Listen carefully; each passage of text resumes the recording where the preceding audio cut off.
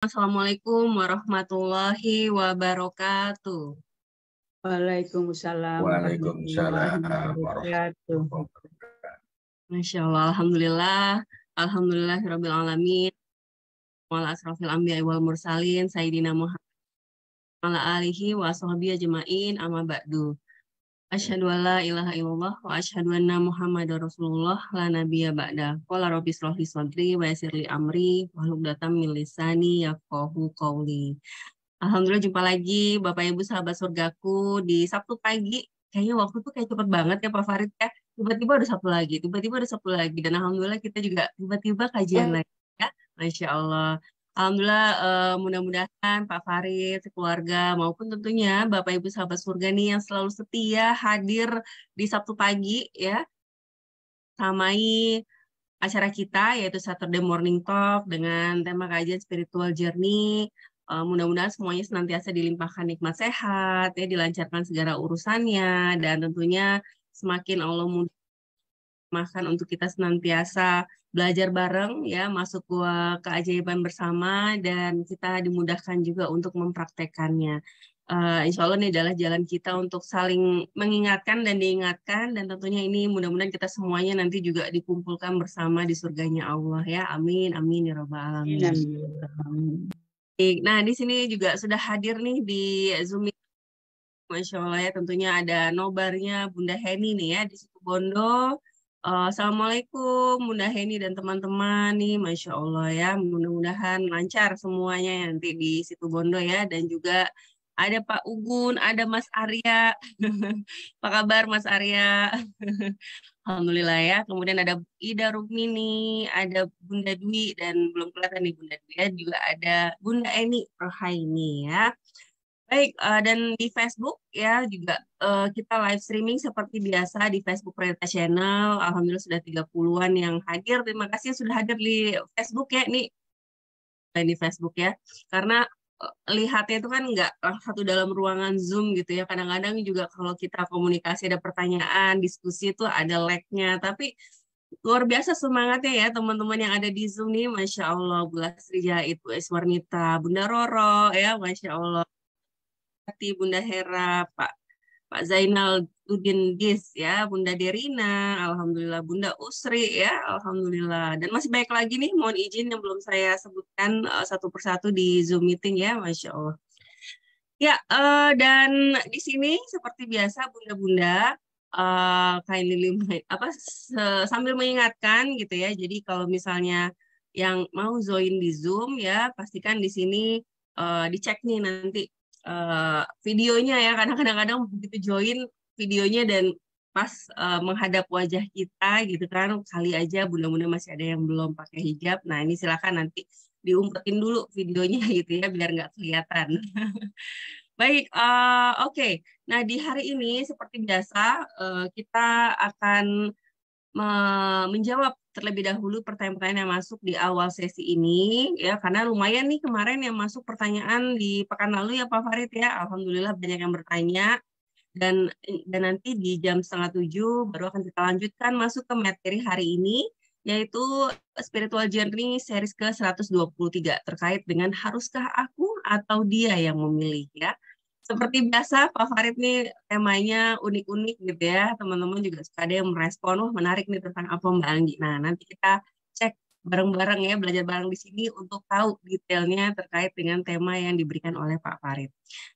Maka teman-teman di sini bagi yang masih ingin mengajak saudaranya, sahabatnya, kerabatnya, bahkan tetangganya, silakan boleh di-share saja linknya kajian ini yang sudah kami berikan, baik di mungkin di Facebook sosmednya ataupun di grup-grup WA gitu ya. Silakan yang mau share karena ini tidak dikhususkan untuk siapa harus mengikuti sekian banyak acara gitu ya, tapi bebas siapa saja dari untuk umum gitu ya, bebas untuk ikut serta dari mulai kajian manapun ya, jadi silahkan.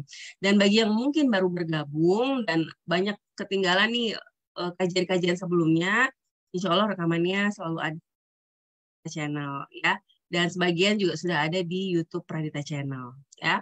Oke, kalau gitu Pak Farid kita akan mulai saja ya karena pertanyaan juga banyak jadi mungkin perlu waktu. Mungkin teman-teman mohon izin nih yang belum saya bacakan nih ya. Oh iya ya, masih ada yang belum saya bacakan di Zoom meeting ya. Masya Allah ada Mas Andika, Bunda Zuraida, Coach Nana ya. Lalu juga Pak Farid, Pak Arif, Bunda Eni, Bu Siti Mariam ya. Lalu juga Bunda Heni, Mbak Safira, Ibu Yuni Hamka ya, Pak Jumangin dan Pak Ubud ya. Waalaikumsalam warahmatullahi wabarakatuh. Semoga doa-doa terbaik yang dipanjatkan di majelis ilmu ini Allah kabulkan buat kita semuanya. Malaikat juga turut mengaminkan dan semakin banyak keajaiban yang Allah berikan kepada kita, semakin banyak kemudahan dari persoalan-persoalan yang kita hadapi dibantu diselesaikan oleh Allah ya. Amin ya rabbal alamin. Kalau gitu Pak Farid kita akan mulai saja nih ke Pak Farid, nanti silakan bisa membuka dengan doa ya agar semakin banyak keberkahan yang hadir dalam majelis ilmu kita. Pada Pak Farid dipersilakan. Baik, terima kasih Mbak Anggi, Bapak Ibu, teman-teman hadirin kakak adik rahimakumullah. Assalamualaikum warahmatullahi wabarakatuh. Assalamualaikum warahmatullahi wabarakatuh. Alhamdulillahirabbil alamin wa bihi nasta'in ala umuri dunya waddin. Assalatu wassalamu ala asyrofil anbiya'i wal mursalin sayyidina Muhammadin wa ala alihi wa sahbihi ajma'in, amma ba'du.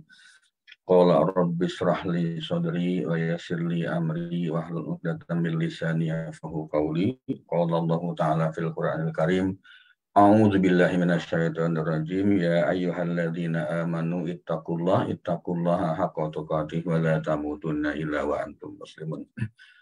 Bapak Ibu hadirin, teman-teman, kakak adik rahimakumullah, marilah kita panjatkan puji dan syukur kehadirat Allah Subhanahu wa taala. Tidak boleh merasa bosan, tidak boleh merasa jenuh, tidak boleh merasa letih, tidak boleh merasa lelah ketika kita harus mengucapkan syukur, ketika kita mengucapkan terima kasih kepada Allah yang senantiasa mencintai kita, menyayangi kita, memberikan kebahagiaan, memberikan kenikmatan yang tidak berbilang, memberikan kenyamanan, ketenangan hati yang berbatas langit.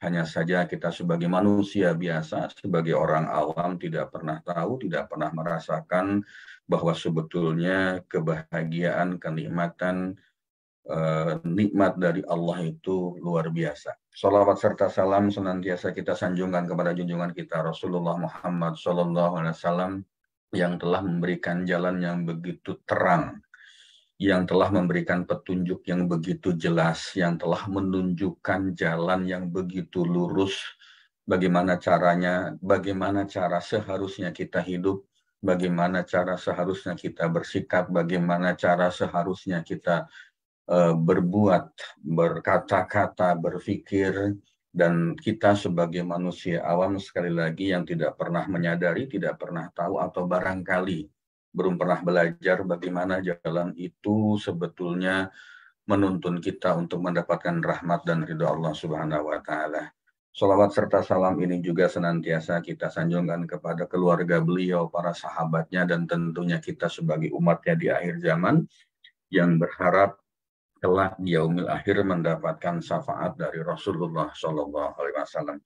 Bapak Ibu, teman-teman hadirin kakak adik rahimakumullah, mari kita buka acara rutin setiap Sabtu pagi ini dengan pembacaan doa. Kita berharap, kita meminta, kita memohon kepada Allah, semoga Allah memberikan kelancaran, kemudahan, dan memberikan manfaat atas apa yang kita lakukan. Mari kita buka dengan pembacaan Al-Fatihah. Al-Fatihah.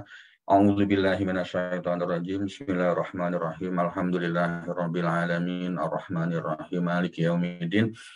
Iyyaka na'budu wa iyyaka nasta'in. Ihdinas shiratal mustaqim. Shiratal ladzina an'amta 'alaihim ghairil maghdubi 'alaihim waladdallin. Amin. Ya Allah, untuk semua orang yang hadir dalam kajian ini beserta seluruh keluarga besarnya, limpahkanlah nikmat sehat kepada mereka ya Allah. Luaskanlah rizki mereka ya Allah, sempurnakan kebaikan mereka ya Allah, berkahi usia mereka dan mudahkan segala urusan kehidupannya. Bahagiakan dan muliakanlah hidup mereka ya Rabb. Ya Allah, berikanlah manfaat atas apa yang Engkau ajarkan kepada kami. Ajari kami hal-hal yang membuat kami semakin mendekat kepadamu. Berikanlah kami kemudahan dalam belajar, ya Rob. Berikanlah kami kemudahan dalam menerima ilmu dan kebaikan-Mu, ya Allah. Sehingga kami semakin dekat dengan rahmat dan ridho-Mu. Bapak, Ibu, hadirin teman-teman kakak adik rahimakumullah, mari kita juga berdoa bagi siapapun orang-orang yang pada saat ini sedang diberikan nikmat oleh Allah, diberikan nikmat tidak sehat, diberikan nikmat yang sesungguhnya Allah hanya menginginkan kita untuk kembali kepada jalannya. Ya, mari kita berdoa untuk siapapun, barangkali termasuk diri kita, barangkali termasuk orang tua kita, soulmate, pasangan, anak, keluarga, siapapun itu. Ya Allah, ya Tuhanku, Engkaulah Tuhan manusia. Hilangkanlah penyakit mereka, ya Rob. Berikanlah kesembuhan karena Engkau adalah Maha Penyembuh. Tiada yang dapat menyembuhkan penyakit kecuali Engkau dengan kesembuhan yang tidak meninggalkan penyakit lain. Ya Allah, jadikanlah sabar serta sholat sebagai obat untuk penyembuhannya. Al-Fatihah. A'udzubillahi minasyaitonirrajim. Bismillahirrahmanirrahim. Alhamdulillahirabbil alamin. Arrahmanirrahim. Maliki yaumiddin. Iyyaka na'budu wa iyyaka nasta'in. Ihdinas shiratal mustaqim. Shiratal ladzina an'amta 'alaihim ghairil maghdubi 'alaihim waladdallin. Amin. Baik, Bapak dan Ibu, Mbak Anggi, ini tempatnya di Zoom, di Facebook saya ini punya persoalan lagi nih kelihatannya nih. Saya nggak bisa melihat ya. Sebentar ya Bapak dan Ibu, mohon maaf supaya teman-teman yang di Facebook juga mendapatkan kesempatan yang sama. Entah mungkin ini punya saya kali Mbak Anggi ya. Mohon maaf kalau teman-teman di Facebook tidak kena sapa-sapa dari kami di sini ya, mohon maaf. Baik Bapak dan Ibu, teman-teman hadirin kakak adik rahimakumullah, betul waktu tidak terasa begitu cepat. Sekarang sudah Sabtu lagi, sekarang sudah weekend lagi, Masya Allah. Ya, hal-hal yang kita nikmati di dunia ini barangkali terlalu nikmat, terlalu nyaman sehingga kita betul-betul merasa waktu berlalu begitu cepat, dan mohon tetap diingat ya, waktu berlalu begitu cepat artinya ajal kita juga akan semakin mendekat ya. Karena pada hakikatnya ketika usia kita bertambah bukan berarti kesempatan hidupnya bertambah, tetapi kesempatan untuk menikmati hidup ini menjadi semakin berkurang. Yang seharusnya kita lakukan ketika usia kita bertambah adalah amal kebaikan kita yang mestinya bertambah banyak. Jangan dibalik gitu ya. Angkanya bertambah, kesempatan hidupnya berkurang, lalu kemudian dosanya bertambah dan amal kebaikannya malah berkurang. Tidak boleh terjadi yang seperti itu. Baik Bapak dan Ibu, saya akan menjawab beberapa pertanyaan dan testimoni juga. Yang pertama dari Ibu Lila. Sebetulnya ini dari minggu sebelumnya ya. Belum sempat dibahas minggu lalu, ya mohon maaf Ibu Lila. Assalamualaikum warahmatullahi wabarakatuh. Waalaikumsalam, izin bertanya. Saya berniat dan ingin pergi haji, mengingat saat ini biaya haji yang luar biasa, tidak murah. Maka saya berusaha menabung sedikit demi sedikit. Ini saya lakukan supaya Allah lihat kesungguhan saya. Namun di sisi lain, kebutuhan ekonomi keluarga saya saat ini belum baik, belum sempurna, sehingga sepertinya tabungan itu harus saya pakai. Namun dilema nih Pak, mengingat itu sudah saya niatkan untuk haji, mohon pencerahannya. Ibu Lilah dan Bapak Ibu, teman-teman hadirin kakak adik rahimakumullah, sederhana sekali. Sederhana kalau kita mendapatkan persoalan seperti ini, kita kembalikan saja kepada jalannya Allah. Kita kembalikan saja kepada perintah Allah melalui Rasulullah Muhammad SAW. Kita kembalikan lagi, haji itu kalau berdasarkan Al-Quran, Ali Imran ayat 97 ya. Walillahi ala nasi hijul baiti man istata'a ilaihi sabila. Mengerjakan haji adalah kewajiban manusia terhadap Allah. Walillahi ala nasi hijul baiti man istata'a ilaihi sabila. Man istata'a yaitu bagi orang yang sanggup mengadakan perjalanan ke Baitullah. Man istata'a ilaihi sabila. bagi mereka yang sanggup mengadakan perjalanan ke Baitullah. Haji itu wajib hukumnya, termasuk dalam rukun Islam gitu ya, tetapi itu hanya diwajibkan bagi mereka yang sanggup mengadakan perjalanan ke Baitullah. Kalau kita belum sanggup, ya tentu tidak wajib hukumnya. Artinya apa? Kewajiban ini kewajiban yang sifatnya terbatas, tidak berlaku untuk semua orang. Nah, sementara kalau kita berbicara memenuhi kebutuhan ekonomi keluarga itu hukumnya wajib atau sunnah? Kan itu pertanyaannya sederhana. Memenuhi kebutuhan ekonomi keluarga itu hukumnya wajib. Jadi dahulukan yang wajib pada saat ini. Naik haji itu wajib bagi yang mampu. Mampu itu segala-galanya, bukan cuma sekedar mampu dari sisi ekonomi. Fisiknya pun juga harus mampu. Psikologisnya pun juga harus mampu. Kemampuan kita naik haji itu bukan hanya dari sisi materi ya. Dari sisi materi tidak hanya sekedar mampu untuk berangkatnya. Tapi ketika kita naik haji itu, keluarga yang kita tinggalkan di Indonesia, di tanah air ini juga harus tetap hidup dengan kondisi yang baik. Jadi artinya jangan sampai uangnya habis-habisan ke sana, sementara nanti yang ditinggalkan naik haji malah terlantar nggak karu-karuan. Nah itu nggak boleh. Ya, itu nggak boleh. Gampangannya begini Ibu Lila, kalau memang kemampuan untuk materinya masih belum cukup, banyakin sedekah ya.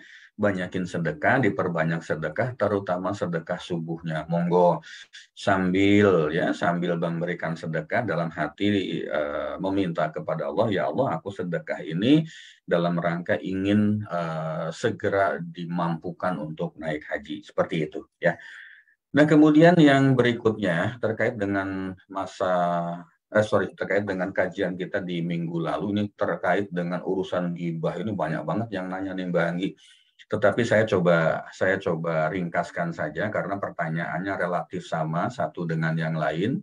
Jadi saya coba ringkaskan. Ini dari Ibu Lolis dan beberapa teman yang lain bertanya, kalau menggibahkan atau mencurhatkan diri sendiri pada orang lain itu hukumnya bagaimana ya? Kita tahu hukum dasar dari gibah itu adalah haram. Kita harus meninggalkan gibah ya. Ayatnya banyak, kemudian hadisnya juga banyak, kita semua pasti sudah tahu ya. Pasti sudah tahu. Ini sesuatu yang sangat mudah, sesuatu yang sangat mendasar. Nah, tetapi ada juga gibah yang diperbolehkan. Ya, ada gibah yang diperbolehkan oleh agama kita. Yang pertama, boleh bergibah pada saat untuk kepentingan mengadukan perbuatan zolim kepada penguasa. Ya, misalnya ada satu perbuatan zolim, lalu kita melapor kepada penguasa. Penguasa itu siapa? Ya, termasuk aparat keamanan ya, kepada polisi, misalnya kepada ketua RT, ketua RW, kepala desa atau lurah. Nah, tujuan dari gibah tanda petik ini adalah bila seseorang yakin bahwa penguasa tersebut mampu menghentikan kezaliman yang terjadi. Misalnya begini, Pak RT misalnya, atau Pak Polisi misalnya, atau Pak Satpam, tolong Pak di sana diberesin, itu banyak orang yang berjudi atau mabuk tuh Pak di di salah satu warung misalnya gitu kan, atau di gubuk tersebut nih banyak orang berjudi dan mabuk. Boleh, itu kita masih bergibah, justru bergibah dalam arti dalam rangka untuk melaporkan kejadian yang sesuatu yang sangat tidak baik kan begitu ya. Kemudian yang berikutnya mencegah kemungkaran. Misalnya begini, diumumkan saya anak-anak atau bapak-bapak atau ibu-ibu, teman-teman jangan datang ya ke satu lokasi misalnya gitu. Jangan datang ke Kalijodo misalnya begitu. Kenapa? Karena di sana ada lokalisasi, ada pelacuran, ada perzinahan dan sebagainya. Itu boleh, kita umumkan begitu boleh ya. Untuk tujuannya adalah mencegah kemungkaran. Lalu berikutnya meminta kepastian hukum dan fatwa. Misalnya begini, kita sebagai seorang manusia biasa, sebagai seorang wanita atau sebagai seorang pria punya persoalan rumah tangga misalnya gitu kan, lalu kita ingin meminta hukum atau meminta fatwa pada seseorang yang kita percayai, misalnya pada ustadz lah atau konselor lah ya, bagaimana hukumnya nih kalau saya harus bercerai. Kenapa bercerai? Karena 1, 2, 3, 4, 5 karena A, B, C, D dan sebagainya. Dalam rangka itu diperbolehkan ya. Dalam rangka itu diperbolehkan. Gibahnya apa ya? Gibahnya menceritakan pasangan kita misalnya gitu kan. Kemudian tetapi nanti si konselornya juga harus adil, harus fair. Tidak boleh hanya meminta pendapat dari satu pihak, harus juga pihak yang berseberangannya kita tanya juga. Misalnya yang mengadu si suami, kita tidak sebagai seorang konselor tidak boleh hanya mendapatkan informasi dari suami, kita juga mesti mendapatkan dari istri. Nah, ini saya lakukan. Kami melakukan kalau misalnya ada konseling terkait dengan Pak, anak saya begini gitu kan. Saya kepingin anak saya seperti ini ada kasus lah. Beberapa kasus seperti itu. Lalu saya lakukan konseling pada orang tuanya. Kemudian setelah itu saya juga harus berbicara dengan si anaknya. Supaya apa? Supaya imbang. Ternyata dari beberapa kali konseling terkait dengan anak, terkait dengan orang tua, terkait dengan anak ya, persoalan anak, biasanya orang tua mengatakan, anak saya begini, tidak bisa diatur lah, tidak mau, wah macam-macam. Sebetulnya yang menjadi persoalan itu bukan di anaknya, orang tuanya. Orang tuanya banyak sekali faktor ya. Apakah itu tidak dekat, apakah tidak memberikan perhatian yang penuh dan sebagainya. Nah ini sedikit lari ya, sedikit lari. Ini juga sesuatu yang sangat menarik gitu kan. Pernah ada satu persoalan anak, orang tuanya datang ke saya, Pak, saya mau minta tolong anak saya diobati dengan cara hipnosis gitu ya, dengan cara hipnotis seperti itu gitu kan. Saya bilang nanti dulu, jangan terburu-buru langsung dihipnosis begitu. Saya mesti lihat dulu persoalannya apa gitu kan. Nah, setelah saya tanya dengan si anaknya, rupanya yang jadi penyebab bukan anaknya mau oke-oke aja, hebat-hebat aja gitu kan. Tetapi orang tuanya tidak memberikan kesempatan untuk berbagi kasih sayang. Orang tuanya lebih banyak ngatur daripada memberikan kesempatan pada si anak untuk mengeksplorasi kemampuannya. Ini sedikit keluar dari situ, karena memang ini hal-hal yang sangat banyak terjadi di dalam kehidupan kita. Jadi saya mengobati yang bersangkutan bukan dengan cara hipnosis, ya tidak dengan pakai hipnotis, enggak, ya sudah suruh ngobrol, konseling, curhat, curcol dan sebagainya, akhirnya selesai juga sekarang ya, bahkan hubungan keluarganya antara orang tua dengan anaknya malah lebih bagus. Nah kemudian yang keempat, ghibah yang diperbolehkan untuk memperingatkan atau menasihati ya, misalnya menasihati anak atau keluarga untuk selalu berada di jalan Allah. Kamu jangan berbuat ini ya, hati-hatilah, jangan seperti si A, si B, si C, dalam rangka memperingatkan atau menasehati. Balik kepada niat ya, niatnya itu bergibah yang diperbolehkan ini hanya untuk sesuatu yang sifatnya untuk kebaikan. Lalu misalnya yang terakhir, yang kelima, menyebutkan keburukan ahli maksiat supaya menjadi pelajaran. Dulu ya, ada seorang bla bla bla bla. Atau misalnya kita di dalam Al-Qur'an pun kan ada gibah tanda petik. Bagaimana menceritakan kisah Nabi Lut, bagaimana menceritakan kisah Fir'aun, bagaimana menceritakan kisah Namrud dan sebagainya. Itu tanda petik gibah. Al-Qur'an pun bergibah tanda petik, tujuannya adalah supaya kita bisa mengambil pelajaran dari umat-umat terdahulu. Ya nggak apa-apa, silahkan yang seperti itu. Berikutnya dari Ibu Emma dan Ibu Umi Iza dan teman-teman lain, bagaimana menghindari gibah ya, Pak Farid, bagaimana caranya menghindari dan menolak gibah? Suka nggak enak hati nolaknya Pak, Masya Allah. Diajak bergibah malah nggak enak hati gitu kan. Gampang sebetulnya Ibu Emma, Ibu Umi Iza dan teman-teman semuanya. Menghindari gibah itu ya gampang banget. Cuman persoalannya menjadi tidak mudah, tidak gampang buat kita karena apa? Karena kadang-kadang kita juga memang menikmati. Saya sering mengatakan gibah itu tuh gurih gitu ya. Gurih banget. Nah, tolong hati-hati. Gibah itu Masya Allah dosanya luar biasa ya. Jadi caranya menghindari gibah, satu, tinggalkan tempat itu. Ya, tinggalkan tempat itu aja. Gitu ya, tinggalkan tempat itu yang pada saat itu teman-teman kita sedang bergibah. Kalau memang kita tidak bisa menutup kuping rapat-rapat ya, Misalnya menutup kuping rapat bukan berarti kupingnya ditutup begini atau diganjel kapas atau diganjel headset misalnya. Atau, nah lebih bagus juga pasang headset aja dengerin kajian dari HP misalnya, atau mau dengerin musik yang masih sesuai dengan syar'i yang diperbolehkan, itu silahkan aja seperti itu. Tapi kalau kita nggak bisa menutup kuping rapat-rapat, ya tinggalin aja. Yang kedua, hindari berteman dengan ahli ghibah. Ya, hindari berteman dengan ahli ghibah. Ya, nah kalau merasa nggak enak, pertanyaan saya lebih nggak enak mana ya? Masa dengan urusan manusia yang nggak enak, tapi dengan Allah enak-enak aja gitu. Ya, dengan manusia itu nggak enak, tapi dengan Allah enak-enak aja. Maksudnya apa? Dengan Allah santai saja, kita ikut bergibah. Masa lebih nggak enak dengan manusia daripada nggak enak dengan Allah? Ya, ibu-ibu, teman-teman hadirin, kakak adik rahimakumullah, tinggalkan tempat bergibah itu atau tutup kuping kita menggunakan headset. Mau dibilang nggak sopan, sabodo teing. Mau dibilang nggak etis, ya bodoh amat gitu. Yang penting kita terhindar dari gibah. Kenapa? Karena kalau kita kupingnya masih mendengar omongan orang, gibahan orang, itu ada kecenderungan kita juga pasti bakal ikut. Ya minimal mendengarkan sesuatu yang tidak baik itu ya nggak bagus juga, gitu kan. Lalu jauhi teman-teman atau hindari berteman dengan ahli gibah dan seterusnya. Bikin enak aja, tinggalin aja. Dengan sesama manusia bikin enak. Kalau dengan Allah harusnya nggak enak gitu kan. Berikutnya Pak Romi nih, bagaimana meyakini bahwa sakit yang kita terima itu ya tidak sehat yang kita terima itu merupakan hal yang baik dan kita bisa bersyukur karena merupakan peluntur dosa kita sehingga tidak menjadi fitnah dan hal-hal lainnya. Terima kasih. Sederhana saja Pak Romi, Bapak Ibu, teman-teman hadirin kakak adik rahimakum.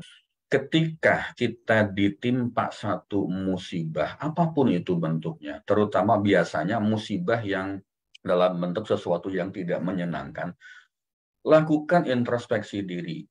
Satu, bisa jadi musibah itu gara-gara dosa kita. Kalau gara-gara dosa kita, maka segera bertobat. Segera bertobat. Gampangannya, kena musibah, lalu kita introspeksi diri, review diri kita. Ini gara-gara dosa saya atau bukan? Ketika kita melakukan review atau introspeksi diri dan ketemu dosanya itu apa, segera bertobat. Segera bertobat. Ketika kita sudah bertobat, maka Allah pasti akan kembalikan kondisi kita pada kondisi sehat walafiat seperti sebelumnya.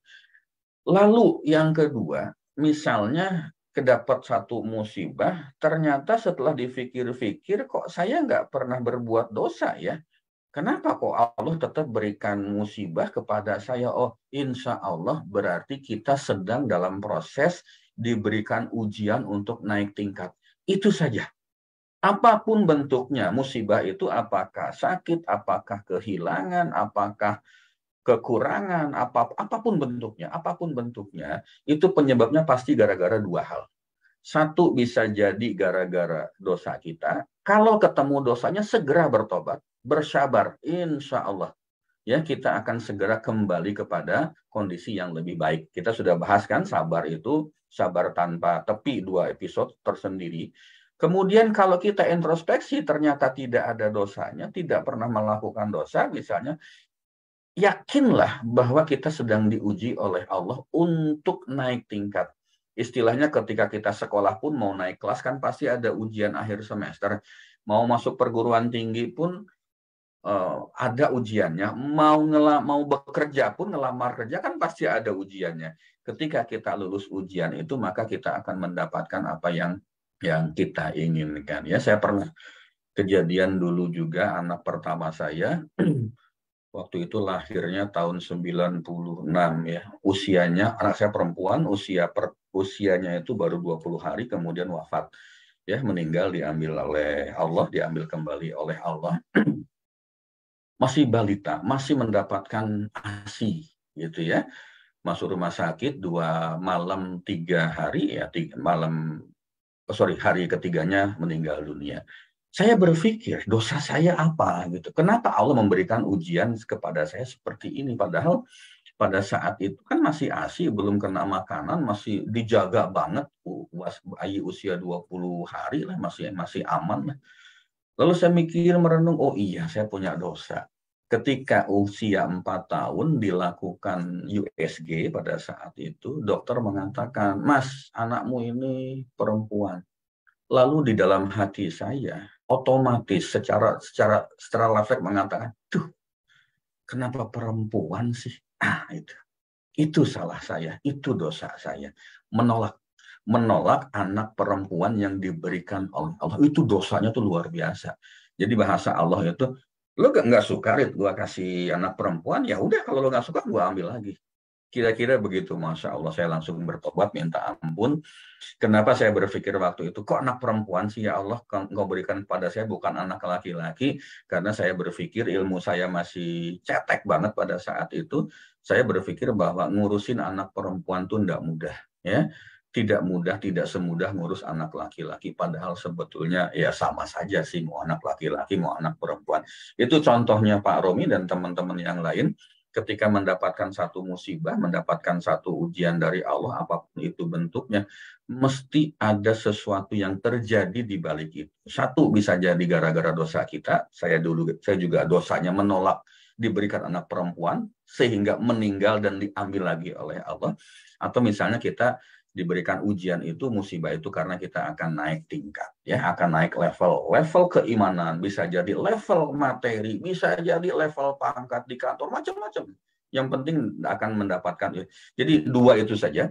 Dengan kita tahu rumusnya kenapa kita dikasih musibah, satu bisa jadi karena dosa, maka kita bisa bertobat dan bersabar, atau kita dikasih ujian. Dengan cara mengetahui rumus itu, maka hidup kita itu pasti akan tenang. Pasti akan tenang. Oh, jeder. Dosa nggak ya? Oh iya, gua dosa. Tobat, minta ampun sama Allah. Jeder. Kok kayaknya nggak ada dosa deh ya? Oh, berarti kita mau naik tingkat. Ya, itu saja teman-teman. Itu saja Mbak Anggi sementara untuk sesi pertanyaannya ya. Silahkan Mbak, seperti biasa saya minta waktu 30 detik untuk break sebentar ya. Silahkan Mbak. Baik, ya, terima kasih Pak Farid untuk jawaban dari pertanyaan yang masuk di pekan sebelumnya ya.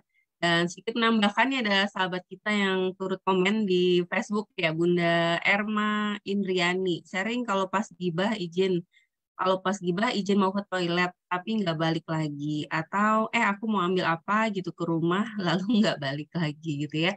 Jadi cara untuk menghindari menghindari situasi pada saat kita dihadapkan bergibah, atau terkadang ini memang kita nggak enakan pada saat mungkin orang yang lagi kita berhadapan, yang lagi cerita itu adalah orang yang mungkin cukup penting buat kita gitu ya, entah bos, entah orang yang ya yang cukup penting lah buat kita, sehingga kita tidak nyaman, nggak enak kalau untuk langsung menyetopnya. Nah, bagus juga nih tadi ya sarannya Bunda Erma ya, kita bisa pura-pura izin terlebih dahulu ya ke suatu tempat. Terima kasih Bunda Erma untuk tambahannya. Dan tadi ya tentang sakit itu benar sekali seperti yang disampaikan oleh Pak Farid, dan bahkan saya juga dari sahabat juga ya di MR yang mana kakaknya menderita penyakit kanker gitu ya, dan ternyata pada saat beliau mati suri ya dipertemukan dengan kakaknya dalam keadaan kakaknya ya baik ya di akhirat sana, padahal dia merasa amal ibadah dia sepertinya lebih banyak dibandingkan kakaknya dulu ya begini begitu gitu ya, tapi ternyata saat ini pada saat dipertemukan itu sudah mendapatkan tempat mulia di akhirat gitu, sehingga ternyata jalan tadi ya mendapatkan kanker gitu ya tidak sehat itu adalah jalan penggugur dosanya gitu. Jadi ya bisa jadi memang kita dosa-dosa kita begitu banyak yang belum bisa kita hapuskan dengan segala amal ibadah kita di dunia selama ini, ataupun dari sedekah ya dan sebagainya. Maka ya Allah justru maha baik ya, ingin mencuci bersih dosa kita salah satu dengan cara sakit. Maka yang sedang tidak sehat justru banyak-banyakan memanjatkan doa, karena justru pada saat tidak sehat itulah waktu istajabnya doa ya, seperti itu. Oke, alhamdulillah ya, dan kita akan mulai masuk ke materi di pagi hari ini, yaitu tentang haruskah aku atau dia yang memilih. Nah, ini menarik sekali nih Pak Farid tentang tema ini gitu ya. Dan oh ya, saya juga lihat tadi teman-teman ada yang sudah rapi nih, seperti ada mau SHMR ya, ternyata baru ingat ya, hari ini ada yang teman-teman CTMR, Certified Trainer Magnet Rezeki, dan juga Ustadz Nasrullah ya, mengadakan seminar hybrid Magnet Rezeki di 113 kota gitu ya. Mudah-mudahan kita doakan bersama ya, mudah-mudahan Allah berikan kelancaran bagi Ustadz Nasrullah dan teman-teman CTMR untuk mengadakan SHMR di seluruh Indonesia, dan juga tentunya semakin membawa kebermanfaatan dan keajaiban hadir bagi para peserta maupun penyelenggaranya ya. Amin ya rabbal alamin. Oke, kalau gitu Pak Farid, saya persilakan kembali untuk mengisi kajian hari ini, yaitu tentang haruskah aku atau dia yang memilih. Silakan Pak Farid. Baik, semalam waktu saya sambil saya siapkan ya Mbak ya. Ya. Waktu saya broadcast kajian ini, ada teman mengatakan, kok nggak lagunya Iwan Fals apa itu? Nggak ingat saya bilang gitu. Lalu beliau mengatakan, aku bukan pilihan.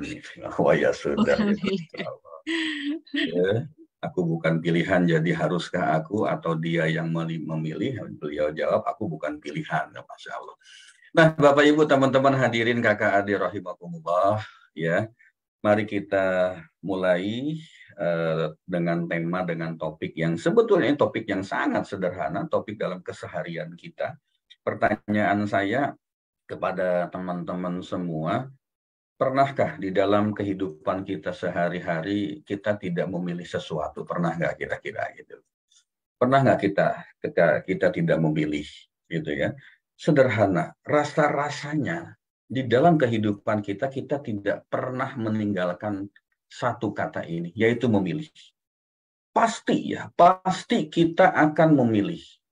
Ukurannya itu bukan cuman tahun, bulan, minggu, hari, bahkan bisa jadi ukurannya menit, itu pasti kita akan memilih. Yang paling sederhana, ketika kita mau makan, kita pasti akan memilih. Mau makan apa hari ini? Kalau misalnya kita diberikan keleluasaan oleh Allah untuk mampu memilih, gitu kan?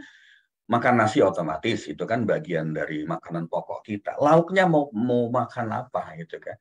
Mau pakai sayur asam, mau pakai sayur lodeh, mau pakai sayur kacang misalnya, kan seperti itu. Ikannya mau pakai ikan asin, mau pakai ikan asin pun ikan teri gitu kan, atau mau pakai ikan asin gabus, contoh sederhana. Minum gitu ya. Mau minumnya apa? Air putih, mau kopinya pakai gula atau kopinya tanpa gula, atau kopinya mereknya apa gitu kan. Robusta kah, Arabica kah, kalau jenis kopinya seperti itu. Kalau nyebut merek tentu nggak boleh, saya nyebut merek gitu kan. Atau mungkin mau minum jusnya juga ada pilihan, ada jus pepaya, ada jus jambu, ada jus mangga dan sebagainya. Seperti itu, kita di dalam kehidupan kita tidak mungkin tidak memilih sesuatu. Bahkan pada kondisi yang paling tidak baik sekalipun, hitungan secara materi barangkali, kadang-kadang kita juga harus memilih sesuatu. Kan begitu ya. Misalnya, memilih sekarang ini pilihan yang ada itu adalah makan nasi atau makan tiwul. Kan gitu. Memilih sesuatu yang tidak ada pilihannya itu pun juga memilih.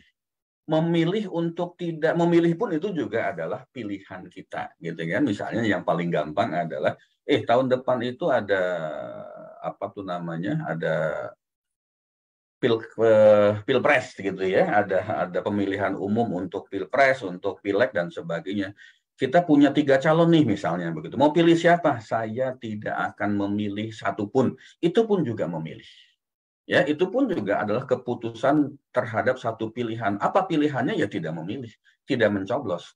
Ada yang milih Pak Anies misalnya, ada yang milih Pak Prabowo misalnya, ada yang milih Pak Ganjar misalnya. Itu adalah pilihan. Bahkan ketika tidak memilih pun itu adalah pilihan. Nah, sesuatu ini tidak mungkin bisa kita hindari, ya tidak mungkin bisa kita hindari. Memilih makanan, memilih minuman, memilih pakaian. Tak mungkin kita bisa menghindari. Yang kedua, termasuk di dalam hal-hal yang sifatnya sangat strategis sekalipun, itu kita pasti selalu memilih. Ya, kita pasti selalu memilih. Ketika kita mau memasukkan anak kita, pendidikan mulai dari PAUD dengan TK sebetulnya sama sih ya, tetapi di kita ini kadang-kadang menjadi tidak sama. Mau TK, mau SD, mau SMP, mau SMA, mau perguruan tinggi, itu pasti kita akan memilih. Memilih yang mana? Memilih yang sesuai dengan keinginan kita. Memilih yang sesuai dengan keperluan kita, gitu kan? Kalau kita disuruh ditanya, disuruh memilih pendidikan, alasannya apa? Kenapa Anda memilih TK ini, memilih SD itu, ya, kemudian memilih SMP ini, SMA itu, dan perguruan tinggi itu? Alasan sederhananya kan supaya apa? Supaya sekolah anak kita itu sesuai dengan minat, dengan bakat, dengan harapan, dengan cita-cita, dengan impian yang kita miliki. Nah, tetapi di sini kadang-kadang terjadi sekolah yang kita pilihkan untuk anak kita bukan sesuai dengan pilihan anak. Bisa jadi kadang-kadang sesuai dengan keinginan orang tuanya. Orang tuanya dengan bangga mengatakan, nak, dek, mbak, kak, kamu ayah atau kamu mama masukkan ini, ya, ke sekolah ini itu sesuai dengan bakat, dengan harapan, dengan cita-citamu. Alasan kita ingin memberikan pendidikan yang terbaik untuk anak-anak kita. Padahal seringkali kejadian, beberapa kali saya mengalami ada persoalan yang datang bercerita, itu tuh bukan pilihan si anak, itu tuh pilihan si orang tua.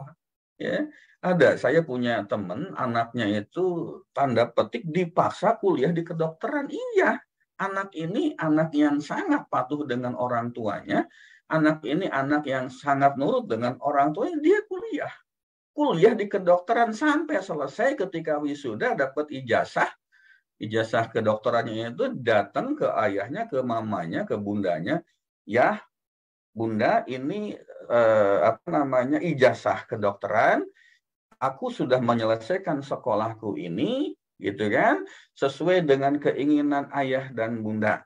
Nih saya serahkan ijazahnya. Sekarang saya mau masuk ke sekolah pilot. Jadi pilot ujung-ujungnya.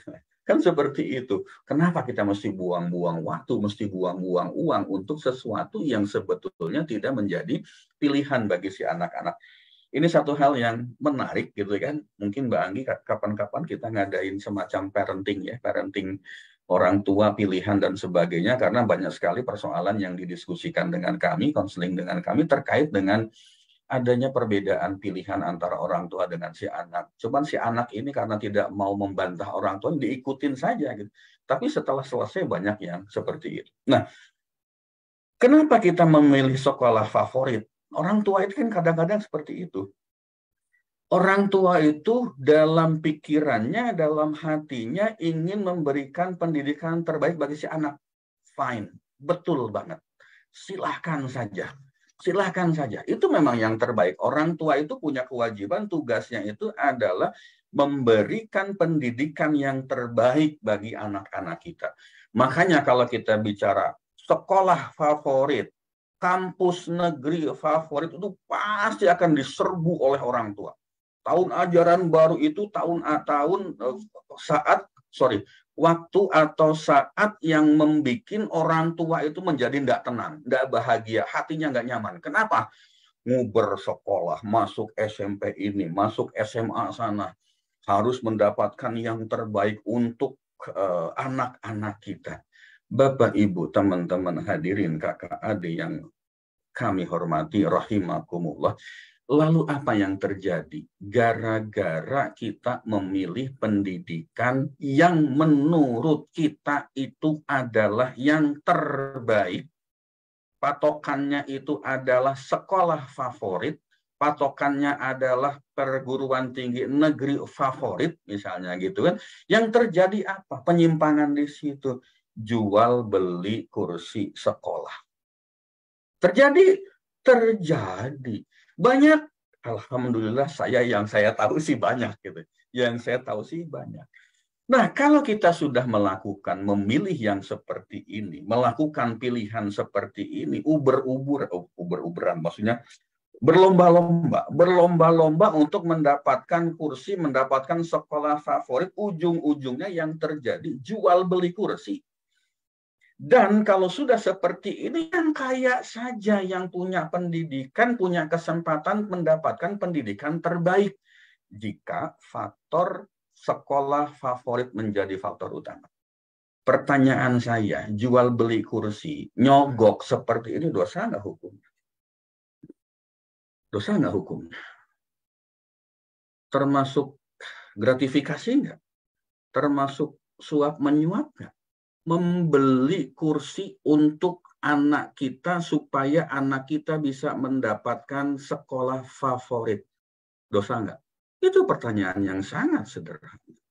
Pertanyaan berikutnya, kalau untuk pendidikan saja kita berani memberikan suap menyuap, mohon maaf saya narik nafas dulu ya, apakah berkah pendidikannya itu? Bagaimana mental si anak, apalagi kalau si anak ini tahu bahwa sekolah dia keterima di sekolah favorit, gara-gara orang tuanya bayar. Gara-gara orang tuanya memberikan suap kepada panitia penerimaan murid baru misalnya. Apa yang ada di dalam psikologi, ada dalam pikiran si anak kita? Nanti masuk SD, nyuap. Masuk SMP, nyogok. Masuk SMA, bayar lagi. Masuk perguruan tinggi, ini agak tidak mudah kalau perguruan tinggi. Ya, agak tidak mudah gitu kan. Lalu apa yang terjadi? Dosanya numpuk.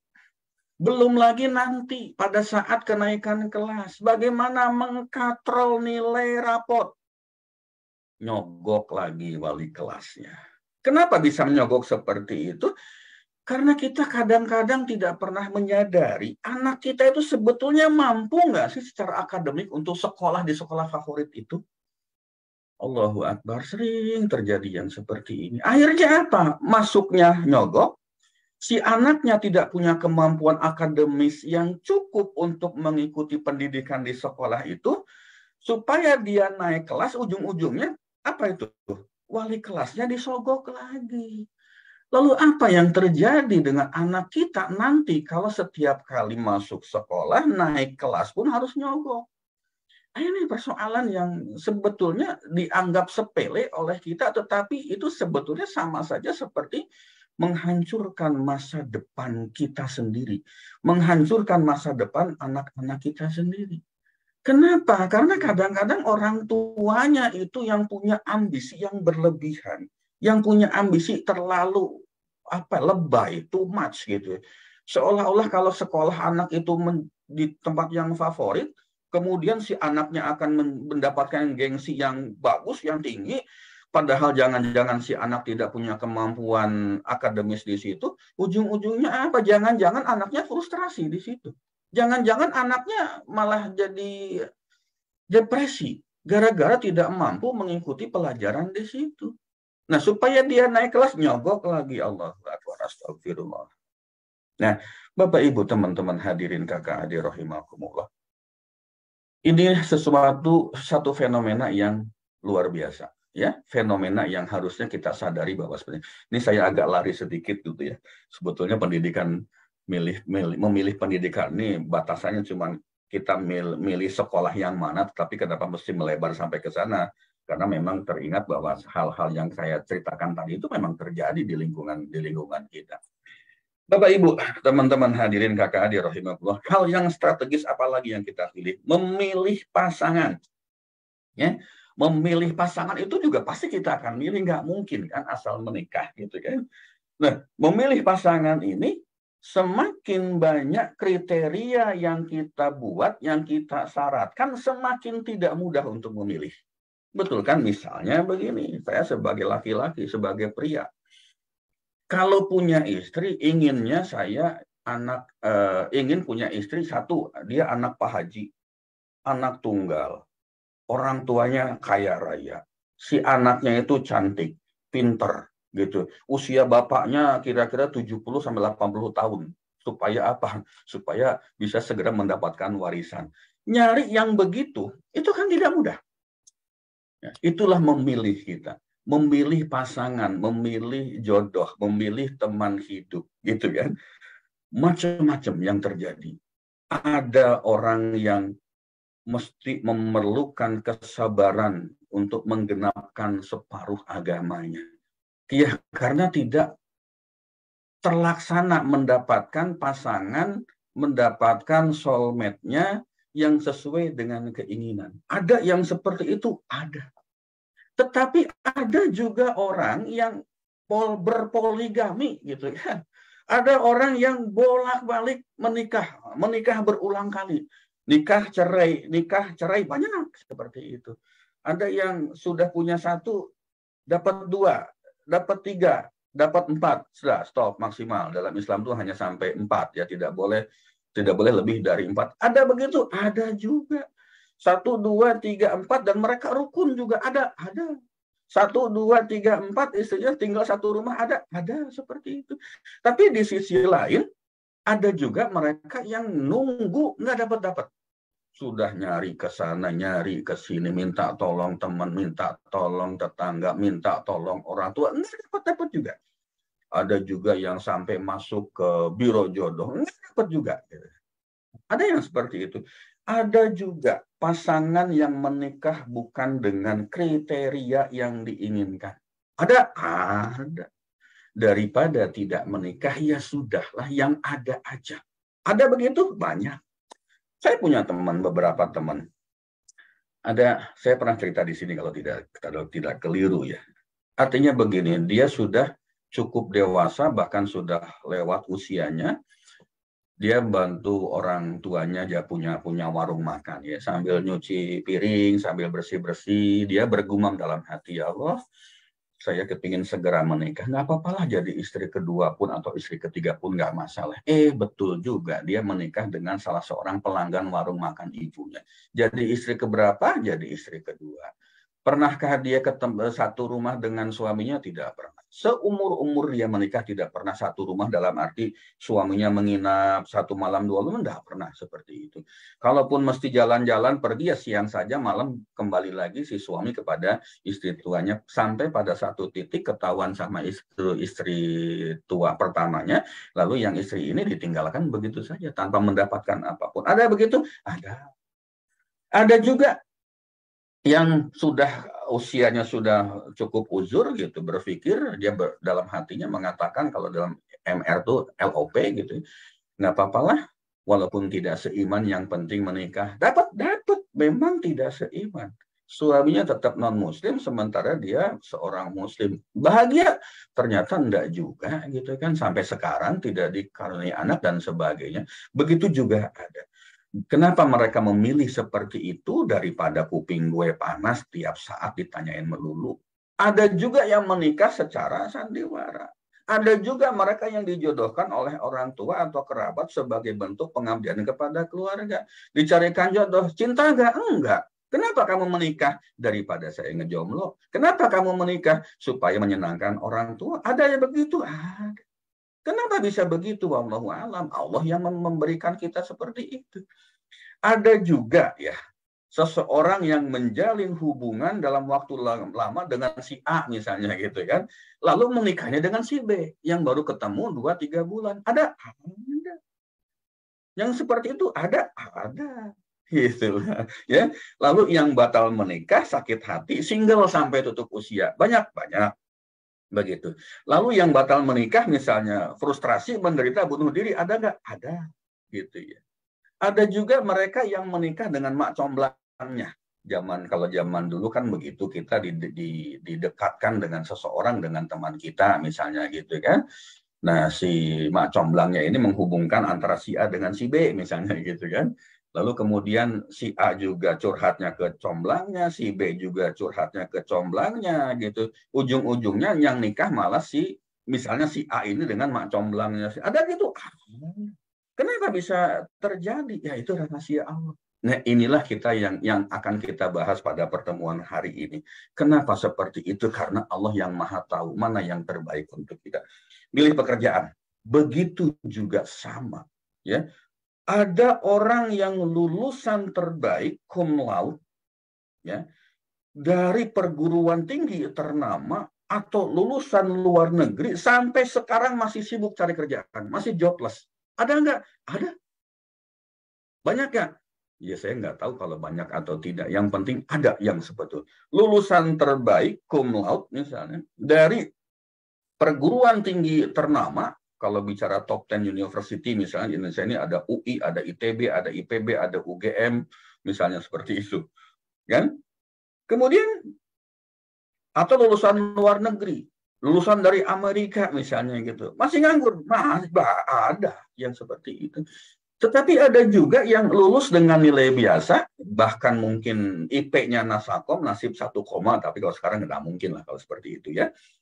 Lulus dengan nilai biasa, dari perguruan tinggi tidak terkenal, yang kampusnya aja itu ada di ruko, bahkan sebelum lulus dia sudah bekerja. Ada nggak? Ada. Ya kebetulan saya punya apa namanya ponakannya seperti itu. Kuliahnya bukan perguruan tinggi ternama, kuliahnya di kampus-kampus ruko-ruko begitu kan kita tahu ya, yang sekolah tinggi gitu. Tapi sebelum lulus sudah kerja. Bahkan sekarang ini posisinya sudah jadi seorang supervisor di salah satu perusahaan properti yang seperti itu. Ada nggak? Ada. Bapak Ibu teman-teman hadirin kakak adik rahimakumullah, kenapa kita tidak mudah mendapatkan pekerjaan? Biasanya yang tidak mudah mendapatkan pekerjaan itu terlalu banyak syaratnya. Merasa sebagai lulusan terbaik dari perguruan tinggi terbaik, apalagi luar negeri, dia memiliki syarat harus punya posisi yang tinggi dengan gaji yang di atas rata-rata pasar. Itu adalah keinginannya seperti itu. Merasa sebagai lulusan perguruan tinggi favorit, lalu membuat syarat harus bekerja di perusahaan bonafit. Syarat yang seperti itu ada. Boleh aja, tetapi realistis tidak. Ya kita harus realistis juga. Teman saya di sini ada Pak Denny Trias Budi, ada apa tidak hari ini. Beliau sering cerita ke saya, Pak, Mas, saya buka satu lowongan untuk tenaga administrasi, untuk operator komputer. Cuman perlu 1 orang. Yang ngelamar ratusan. Yang ngelamar bahkan dari perguruan tinggi ternama. Ada anak ITB, ada anak UI, ada anak UGM, ada anak Airlangga misalnya, begitu kan. Semuanya daftar. Yang perguruan tinggi tidak ternama, apalagi banyak banget jumlahnya. Padahal gaji yang disyaratkan itu sedikit di atas UMR Tangerang. Gitu. Kenapa? Ya itu realistisnya, realitanya ya seperti itu. Ada lagi yang merasa lulusan terbaik, perguruan tinggi favorit, berasal dari keluarga terhormat, lalu tidak mau bekerja, tidak bersedia bekerja dengan posisi yang biasa-biasa saja. Ada banyak yang seperti itu. Nah, karena tidak mendapatkan pekerjaan yang sesuai dengan keinginannya, dengan perasaannya, akhirnya tidak bekerja di mana-mana. Ada yang begitu. Nah, kenapa orang ada yang sangat mudah mendapatkan pekerjaan? Tadi yang cerita Pak Denny itu, ya, cerita dengan Pak Denny itu, apa itu? Sabodo teing mau dari perguruan tinggi ternama, kalau realitanya saya perlu uang, saya perlu nafkah untuk menghidupi keluarga saya, kesampingkan gengsi karena kita punya keperluan, punya kebutuhan. Ya, kesampingkan gengsi karena saya harus memenuhi kebutuhan keluarga. Biasanya yang sudah menikah itu kerjanya nggak akan bisa milih-milih. Yang baru lulus, masih bujangan, masih lajang, biasanya bakal milih-milih.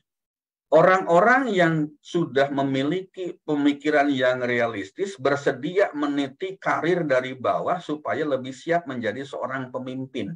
Biasanya mereka akan mudah untuk mendapatkan pekerjaan. Kesampingkan gengsi, kesampingkan latar belakang, kesampingkan hal-hal yang membuat kita menjadi tidak mudah mendapatkan pekerjaan. Ya, yang seperti itu. Ada yang tidak mudah, ada yang tidak mudah. Kenapa? Ada yang mudah, ada yang tidak mudah, kita tidak pernah tahu. Allah itu sedang memberikan rahasia apa untuk kita. Ya, rahasia apa untuk kita? Banyak banget. Memilih apa lagi? Kalau kita boleh dan bisa punya kemampuan memilih rumah. Mau tipe yang seperti apa? Mau di mana? Kalau tidak bisa, barangkali ngontraknya di mana? Ya, mau kosnya di mana? Banyak sekali pilihan-pilihan yang diberikan oleh Allah kepada kita dan kita berhak untuk memilih. Tetapi hasilnya apakah sesuai dengan keinginan kita? Belum tentu. Lalu kenapa? Pertanyaan berikutnya. Ketika tidak sesuai dengan keinginan, banyak di antara kita yang merasa tidak bahagia. Banyak di antara kita yang merasa, saya menggunakan bahasa umum, kecewa. Ketika pilihan kita tidak sesuai dengan keinginan, apa yang kita dapatkan tidak sesuai dengan apa yang kita inginkan, banyak orang merasa tidak bahagia. Saya mau tanya dulu pada jamaah semua. Kenapa?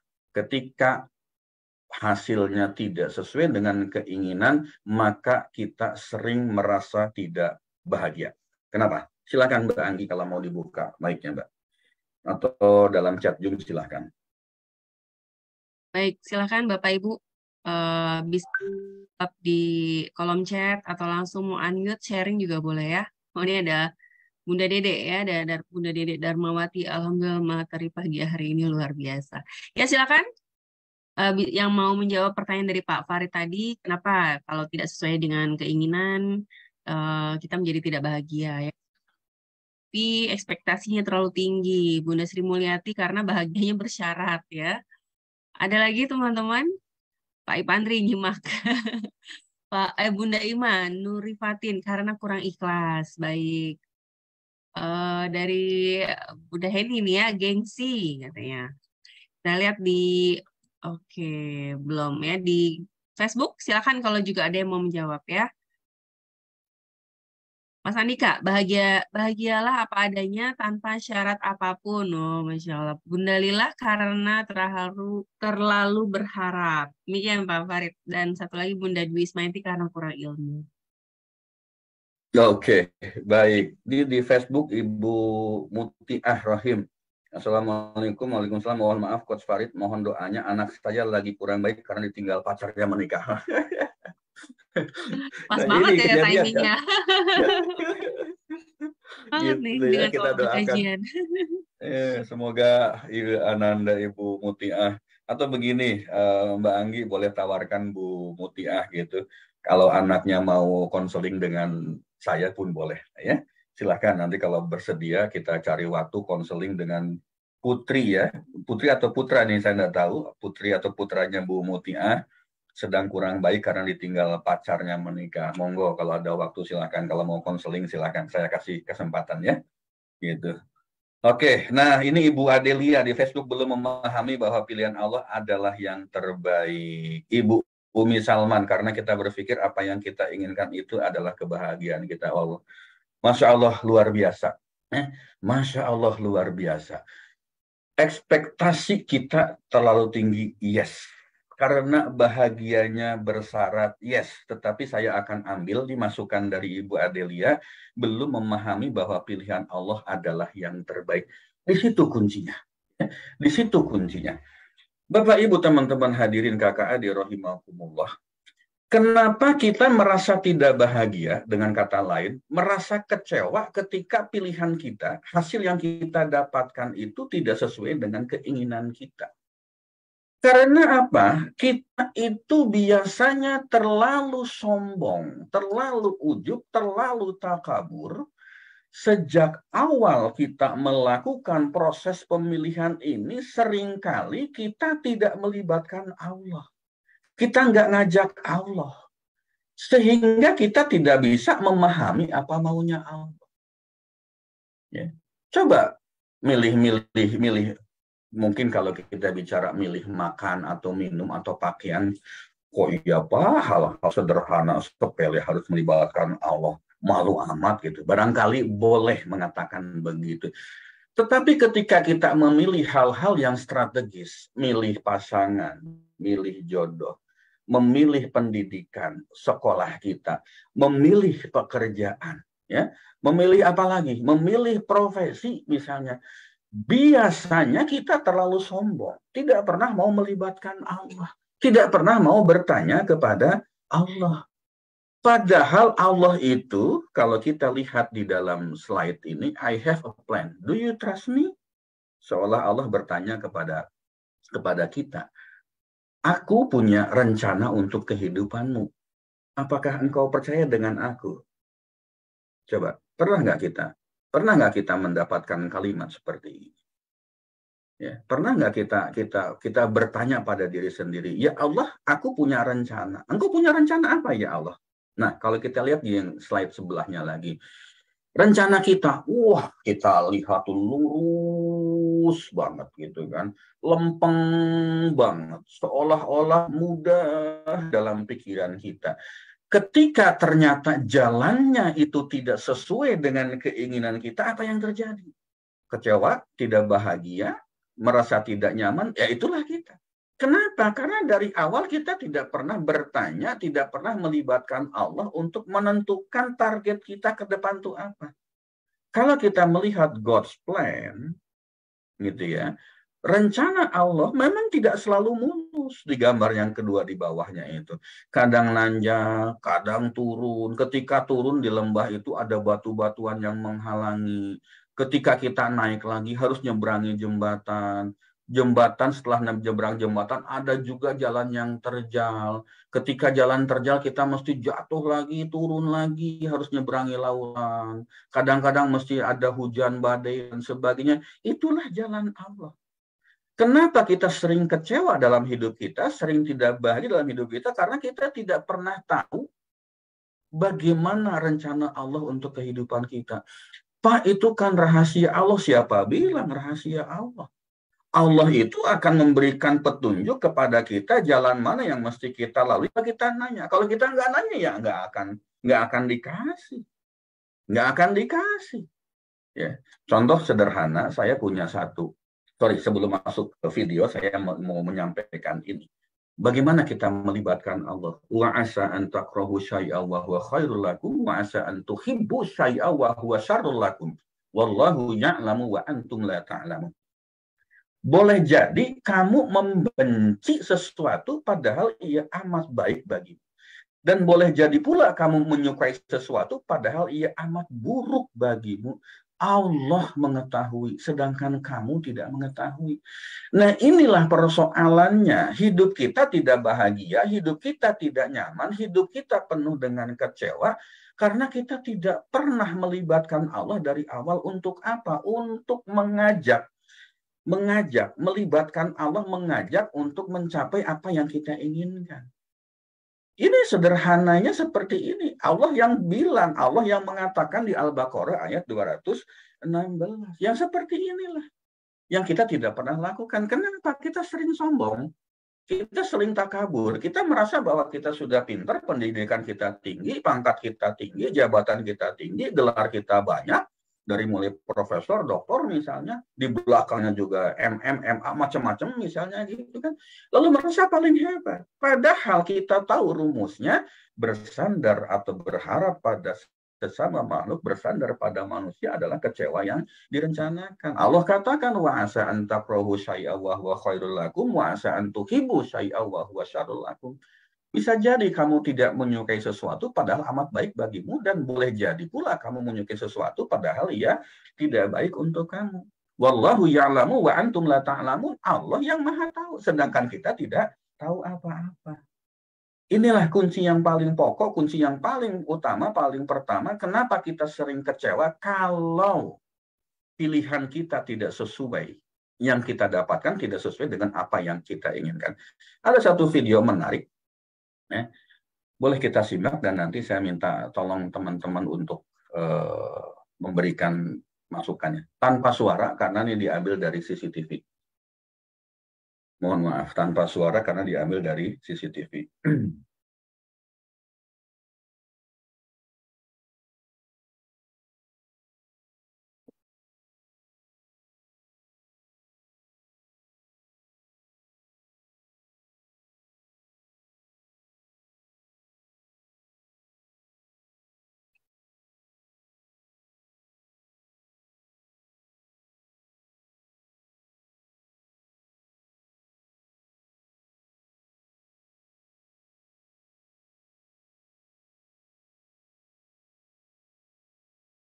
Kita ulang lagi. Jatuh si anak itu, tiba-tiba ada mobil lewat di depannya, di atasnya malah seperti itu.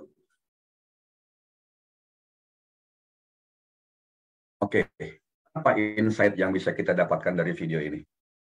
Boleh open mic, Mbak Anggi? Boleh dari chat Zoom juga boleh? Boleh, silakan Bapak Ibu ada yang mau sharing? Apa insight-nya? Dari video tadi ya, anak kecil tadi, Masya Allah ya, terjatuh pada momen yang tepat, ternyata diselamatkan dari mobil yang lewat ya.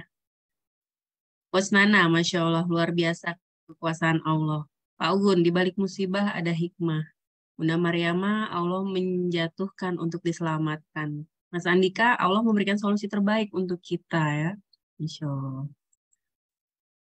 Silakan. Oke. Ya. Rencana Allah selalu yang terbaik. Allahu Akbar. Ya. Ya Allah yang lewat liatin aja. Ini Pak Pandri, lain lagi sudut pandangnya. Memang beliau ini selalu sudut pandangnya selalu tidak sama nih, Mbak.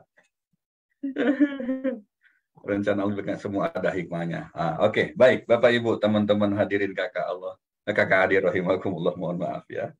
Kalau nggak jatuh kena tabrak, Masya Allah, Allah menyelamatkan kita dengan caranya. Ya, anak itu jatuh, diibaratkan anak itu satu musibah.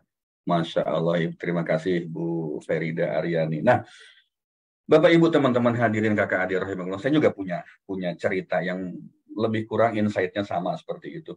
Kisah hidup saya pribadi, gitu kan. Lulus SMA, ya, di SMA sih alhamdulillah insya Allah termasuk dua besar sih selalu lah dari kelas 1 sampai kelas 3. Nilai saya juga alhamdulillah insya Allah selalu di atas rata-rata kan begitu. Lalu orang tua saya, guru-guru saya, wali kelas saya mengatakan, "Oh Farid, kamu pasti akan keterima di perguruan tinggi favorit ternama dan sebagainya." Apa yang terjadi Bapak Ibu, teman-teman hadirin? Saya tidak lulus tes ke perguruan tinggi negeri manapun. Saya waktu itu daftar ke IPB, daftar ke UGM, daftar ke UNPAD sesuai dengan keinginan saya, sesuai dengan dorongan orang tua saya, tidak lulus. Saya sekolah penerbangan juga daftar, gitu ya. Tetapi pada saat tes kesehatan saya dinyatakan tidak lulus. Masya Allah. Stres nggak saat itu? Stres. Saya sebagai orang, sebagai siswa yang punya prestasi yang baik, selalu 2 besar selama di SMA, ranking 1, ranking 2, bergantian seperti itu, ternyata nggak lulus ke perguruan tinggi negeri, favorit lagi. Lalu kemana? Saya sekolahnya alhamdulillah mendapatkan sekolah pendidikan di Pendidikan Ahli Teknik Industri Gajah Tunggal, Politeknik Gajah Tunggal, sekolah kedinasan, yang justru biayanya gratis. Saya tidak harus mengeluarkan uang Rp1 pun selama pendidikan, karena mendapatkan seragam, kemudian mendapatkan uang saku setiap bulan. Kemudian setelah lulus dari pendidikan, saya langsung bekerja tanpa harus melamar kemanapun. Bapak, Ibu, teman-teman hadirin, kakak adik rahimakumullah, kecewa ketika saya tidak lulus ke UNPAD, UGM, kemudian ke IPB, kecewa. Kecewa ketika bahagia saya tidak bahagia ketika saya tidak lulus ke sekolah penerbangan yang jadi favorit saya pada saat itu. Tetapi ternyata Allah punya hal yang lain. Saya tidak pernah menyadari pada saat itu karena ternyata setelah saya kuliah di semester 2 di Patigat itu, ayah saya pensiun, ibu saya pensiun. Kebayang kalau saya kuliah di perguruan tinggi negeri yang berbayar, nggak mungkin beliau almarhum berdua mampu untuk membiayai saya. Kok dilalahnya saya kok mendapatkan sekolah yang benar-benar gratis. Kemudian lulus dari kuliah itu langsung mendapatkan pekerjaan dengan posisi yang bagus. Alhamdulillah, itu rahasia Allah. Suka dengan pendidikan di Gajah Tunggal saat itu saya tidak suka, tetapi terpaksa gara-gara daripada nggak kuliah pada saat itu, berpikirnya begitu. Tetapi saya sekarang harus berterima kasih kepada mereka yang telah memberikan pendidikan kepada saya di Gajah Tunggal pada saat itu. Kalau bukan karena mereka, mungkin saya tidak akan pernah terdidik, tidak akan pernah memiliki mental yang seperti ini. Kalau bukan mereka yang menggembleng saya luar biasa, mungkin saya juga jadi orang yang cengeng, tidak akan setegar ini. Kalau bukan karena mereka yang mendidik saya begitu keras pada saat itu, tidak mungkin saya punya posisi yang sebaik yang seperti sekarang ini. Itulah, Allah itu tahu mana yang terbaik untuk kita. Dan pada saat itu juga saya tidak melibatkan Allah, saya yakin dengan kemampuan saya. Otak saya encer, pinter gitu kan. Pinter. Pernah ikut seleksi siswa teladan. Ya, dan saya masuk sebagai salah satu siswa teladan di kota Sukabumi pada saat itu, pada zaman itu. Sehingga saya punya kesombongan, nah saya pasti masuk nih perguruan tinggi. Ternyata tidak. Lalu tahun 2007 saya kena PHK di kantor saya. Masya Allah, luar biasa. Nyaman sangat tidak nyaman. Kecewa sangat pada saat itu. Bahagia sangat tidak bahagia. Tetapi karena pada saat itu saya belum punya ilmunya, itu yang saya rasakan. Ternyata sekarang saya berpikir, alhamdulillah saya di PHK pada perusahaan itu tahun itu. Kalau tidak, belum tentu saya bisa punya posisi yang seperti sekarang ini. Karena ternyata perusahaan saya yang pada saat itu sekarang sudah bubar kemana-mana. Allahu Akbar. Bapak, Ibu, teman-teman hadirin kakak adik rahimakumullah. Menikah pun begitu. Ini bukan cerita saya, kita cerita. Kadang-kadang kita menikah dengan seseorang yang tidak kita cintai.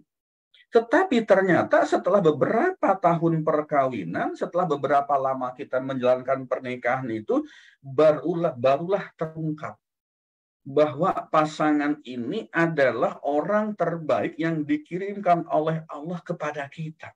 Untuk apa? Untuk saling melengkapi kekurangan diri kita masing-masing. Untuk saling berlomba dalam kebaikan, saling menutupi kekurangan kita masing-masing. Begitu cara Allah menjodohkan kita. Bahkan dengan orang yang kita tidak cintai, bahkan mungkin dengan orang yang tidak kita kenal pada saat itu. Ketika kita memilih sekolah, memilih kuliah di tempat yang tidak kita harapkan awalnya, ya seperti cerita saya tadi, saya maunya kalau nggak UGM, UNPAD, IPB pada saat itu.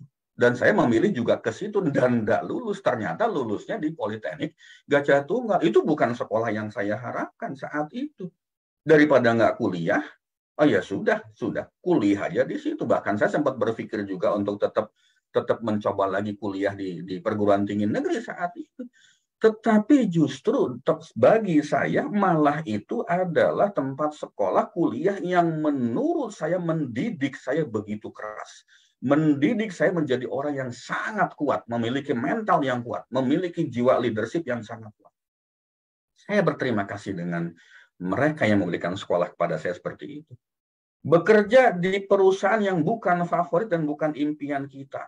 Saya setelah PHK tahun 2007, saya melamar di berbagai perusahaan terkemuka, nggak lulus-lulus, nggak keterima. Tiba-tiba saya lulus di satu perusahaan yang tidak begitu populer. Kantornya pun di ruko. Di depan ruko itu tempat pembuangan sampah. Kebayang nggak sih? Jalannya juga jalan yang masuk gang begitu, kantornya ada di ruko, tidak terkenal, bukan perusahaan model-model yang wah masya Allah jauh kemana-mana dibanding misalnya kita bicara yang saya sebut Pertamina lah atau bank misalnya, jauh kemana-mana. Tetapi Bapak Ibu, Allah ternyata ingin menunjukkan sesuatu kepada kita, kepada saya saat itu ketika saya melamar di perusahaan tersebut. Apa yang terjadi? Ternyata perusahaan itu memiliki sistem HRD-nya sangat bagus. Luar biasa. Bahkan kalau boleh saya saya mengatakan, ini perusahaan ini HRD-nya itu lebih baik daripada HRD-nya BUMN, sistemnya. Lebih baik daripada sistem HRD perusahaan BUMN sekalipun. Di situ saya belajar banyak. Cukup 5 bulan saya bekerja di sana. Di situ saya belajar banyak, mencoba menyerap ilmu ke HRD-nya di situ, lalu ketika saya pindah ke perusahaan yang saya sekarang, itu saya bawa, saya terapkan. Allahu Akbar. Nah, ini ternyata Allah itu betul-betul memberikan jalan yang terbaik untuk kita. Nah, sekarang saya bekerja di perusahaan yang betul-betul profesional. Lalu bagaimana caranya supaya kita tidak kecewa ketika pilihan kita tidak sesuai dengan keinginan? Kunci memilih itu sederhana. Libatkan Allah sejak proses awal. Ajak Allah. Ajak Allah. Kalau teman-teman di komunitas Magnet Rezeki, kita tahu apa yang disebut dengan garpu tala. ya, kita tahu apa yang disebut dengan garpu tala. Itulah cara melibatkan Allah sejak awal. Kalau bahasa awamnya barangkali istikharah bil Quran. Barangkali bisa dikatakan seperti itu. Caranya bagaimana? Teman-teman yang di MR pasti sudah tahu. Libatkan Allah sejak proses awal. Dan ini yang saya lakukan. Ketika misalnya anak saya mendapatkan tawaran pekerjaan, saya bilang, yuk istikharah bil Quran. Kita tanya ke Al-Quran. Oke, bagus silahkan, enggak bagus tinggalkan. Ketika anak saya memilih jodoh, mau menikah pada saat itu, saya bilang libatkan Allah. Kamu lakukan istikharah bil Quran, kalau tidak bisa istikharah dengan sholatnya. Libatkan Allah, tanya, bagus, lanjutkan, tidak bagus, tinggalkan. Alhamdulillah. Baru-baru ini saya juga mendapatkan satu tawaran kerjasama bisnis, gitu kan.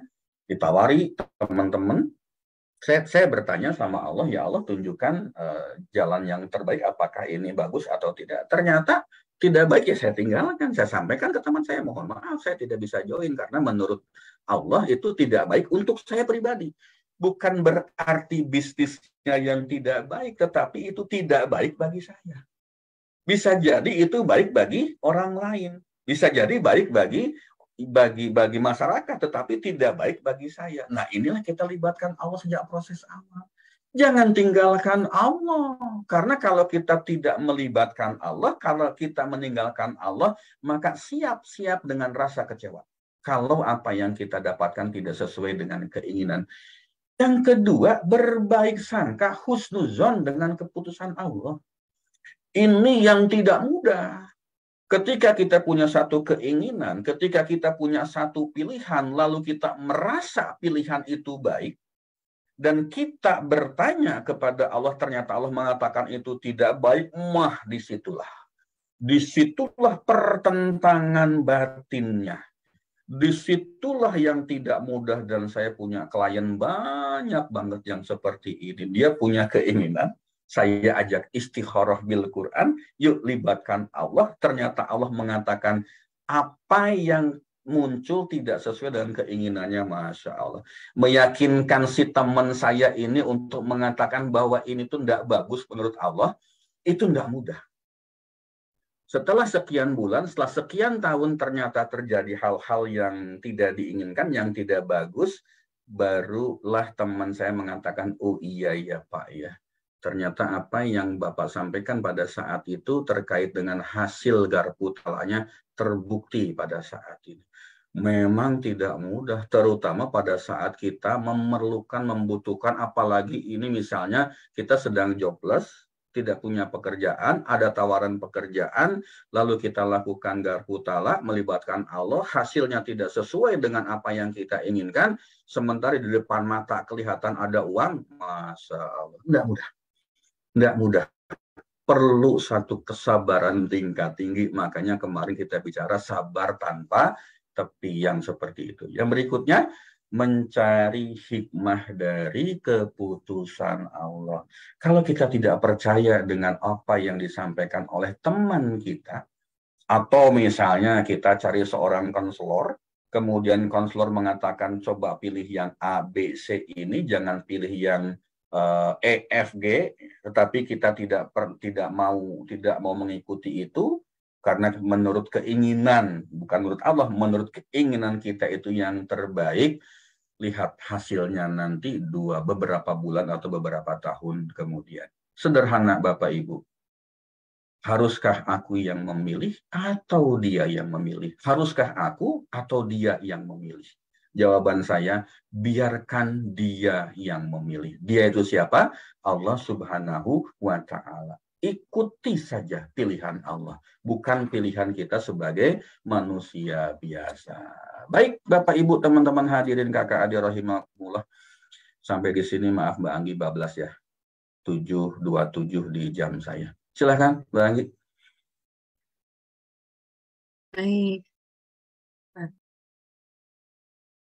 Saya mau bersin, maaf. Baik, Alhamdulillah, terima kasih Pak Farid atas kajiannya tadi ya. Haruskah aku atau dia yang memilih? Jadi bagaimana kita sekarang supaya hidup tenang itu sebenarnya kita cukup ikut saja dengan maunya Allah gitu ya. Jadi pada saat kita dihadapkan pilihan kita ternyata tidak Allah ridhoi ya. Tadi apa namanya anaknya Bu Mutia gitu ya. Nah, maka mari kalau misalnya kita ada keinginan-keinginan yang belum terpenuhi, belum dikabulkan, kita kalau masih ada rasa perasaan bertanya pada Allah, maka langsung garputala saja. Yang mana garputala ini kalau di magnet rezeki dan saya sendiri pun juga termasuk yang sangat sering mempraktekannya pada saat menerima proyek dan ataupun ada kegiatan-kegiatan lainnya. Dan memang benar sekali pada saat garputala gitu ya, itu tuh Allah kayak benar-benar jawab banget dan pada saat kita tidak menurutinya gitu ya kita merasa kayaknya masih baik dan kita lakukan kita paksa tetap jalankan itu kok ya Allah kadang-kadang ya qadarul ternyata memang hasilnya tidak sesuai dengan harapan kita jadi kayak Allah tuh kayak sudah ngasih tahu di awal kan sudah aku kasih tahu ya hasil GT-nya nggak bagus gitu ya makanya dari itu benar sekali kata Pak Farid bahwa pada saat kita ada hajat ada kegiatan yang memang perlu sekali untuk kita meminta restunya Allah, ridhonya Allah, maka biasanya saya tuh selalu melakukan garputala di awal agar jalannya proses kegiatan kita itu senantiasa dilancarkan dan tentunya selalu dalam ridho Allah ya. Jadi alhamdulillah terima kasih Pak Farid remindernya pengingatnya buat kita semuanya sehingga pada saat ada hal-hal yang tidak berkenan ya atau berjalan sesuai dengan keinginan kita dan saya yakin sebenarnya di antara kita pun pasti banyak yang sudah pernah merasakan itu ya apa yang kita inginkan kok tidak berjalan tapi justru ternyata hal yang tidak berjalan itulah membawa kita hadir jauh lebih baik di saat sekarang gitu ya dan saya pun juga pasti banyak hal-hal seperti yang saya rasakan dan alhamdulillahnya dipertemukan dengan magnet rezeki dipertemukan dengan perkumpulan majelis ilmu seperti ini sehingga kita dilatih untuk menguatkan keyakinan dan hanya berbaik sangka kepada Allah pada saat ada hal-hal yang tidak sesuai dengan keinginan kita. Karena pasti rencana Allah pasti adalah yang terbaik ya, Masya Allah. Alhamdulillah. Baik, sebelum kita tutup nanti kajian hari ini tentunya dengan doa dari Pak Farid nanti akan menutup waktunya dengan doa gitu ya supaya banyak keberkahan yang Allah hadirkan dalam majelis ilmu ini. Seperti biasa saya izin share screen laporan terkait dengan ya sahabat berkah cinta ya karena 2 minggu kemarin sempat nggak berjalan karena dananya belum cukup ya dan alhamdulillah Jumat kemarin kita baru bisa membagikan di 3 kota ya di Bandar Lampung, Bekasi dan Semarang di hari Jumat 6 Oktober dengan total dana yang terkumpul sampai dengan Jumat kemarin gitu ya 1.175.000 karena biasanya kita hari Kamis pagi ya itu sudah mulai menyalurkan ya. Baik dan mudah-mudahan Bapak Ibu semua para donatur setia yang membersamai dan juga dapur SPC ya sahabat berkah cinta mudah-mudahan Allah senantiasa berikan kesehatan diberkahi rezekinya semakin ditinggikan derajatnya dan tentunya Allah muliakan dan bahagiakan dunia dan akhirat. Bagi Bapak Ibu lainnya yang mau ikut bergabung membersamai program ini silakan nanti bisa langsung saja menghubungi saya di 0812 1139 1230 ya. Insyaallah berapapun itu dimulai dari berapapun ya kita bisa membantu tidak hanya untuk para penerimanya ya orang-orang yang membutuhkan di daerah-daerah tersebut termasuk juga kita mensupport dapur-dapur sahabat berkah cinta ya yang mana kebanyakan adalah ibu-ibu yang juga harus aktif bekerja ya membantu suami jadi mudah-mudahan kita ikut mensupport ibu-ibu mandiri ini ya. Oke itu saja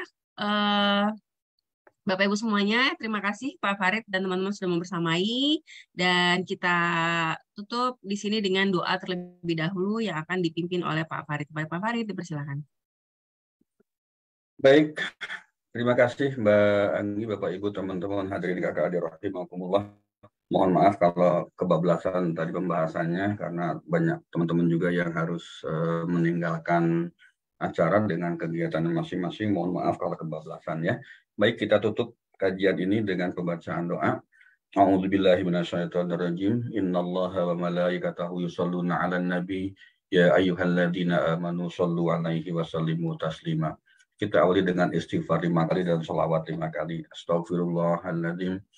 Alladzi la ilaha illa huwal hayyul qayyum wa atubu ilaihi. Astaghfirullahaladzim. Alladzi la ilaha illa huwal hayyul qayyum wa atubu ilaihi. Astaghfirullahaladzim.